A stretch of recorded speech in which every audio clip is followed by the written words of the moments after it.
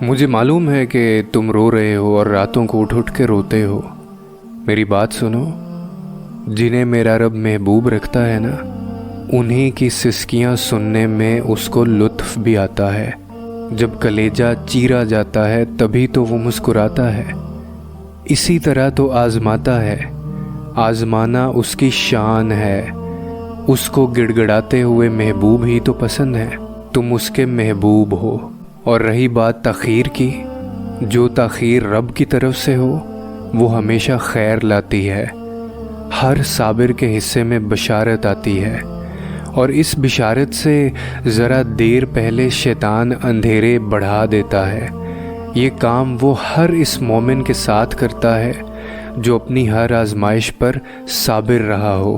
اور کبھی کبھی ایسا ہوتا ہے، کبھی کبھی اللہ تعالیٰ آپ کو مشکل میں ڈال دیتا ہے۔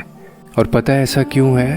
اس لیے کہ آپ اپنی مصروفیات کے چکر میں اس کے ساتھ بات نہیں کر رہے ہوتے۔ آپ کی زندگی میں اس کا تصور تو ہوتا ہے، مگر آپ پریکٹیکلی اسے اگنور کر رہے ہوتے ہیں۔ اور کیونکہ وہ آپ کو پسند کرتا ہے تو یہ اگنورنس اسے اچھی نہیں لگتی۔ وہ آپ کو واپس بلانے کے لیے کچھ دن کے لیے کوئی مشکل بھیج دیتا ہے۔ جب تک وہ مشکل رہتی ہے آپ لمبی نمازیں پڑھتے ہیں، دعائیں پڑھنے کی بجائے دعائیں مانگنے لگتے ہیں۔ آپ کا قانونی تعلق پھر سے ایک جذباتی تعلق میں بدل جاتا ہے۔ پھر وہ مشکل ہٹا دیتا ہے، مگر آپ کا تعلق کافی عرصے اس سے جڑا رہتا ہے، اور یہی وہ چاہتا ہے۔ اسی لیے وہ تمہاری زندگی میں مشکلات پیدا کرتا ہے۔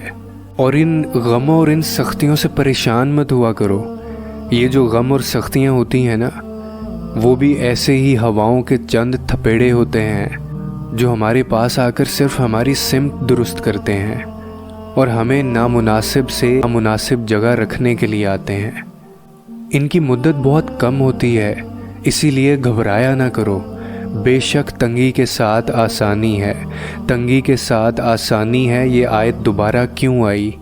ہمیں سکون دینے اور حوصلہ دینے کے لیے کہ گھبراؤ مت۔ اور پھر یہ بھی تو ہو سکتا ہے کہ تمہیں چن لیا گیا ہو، کیونکہ اللہ اچھے بندوں کو چن لیتا ہے، پیار بانٹنے کے لیے، بھلائی کرنے کے لیے، دوسروں کا احساس کرنے کے لیے۔ آپ کی شخصیت اتنی پرخلوص تو ہو کہ کوئی بھی آپ کے سامنے اپنے دکھ درد اور اس اطمینان سے شیئر کر سکے کہ کوئی حل ملے نہ ملے، دلاسے بھرے میٹھے الفاظ تو ضرور ملیں۔ اور یہ تبھی ممکن ہوگا جب تمہارا تعلق خدا سے مضبوط ہوگا۔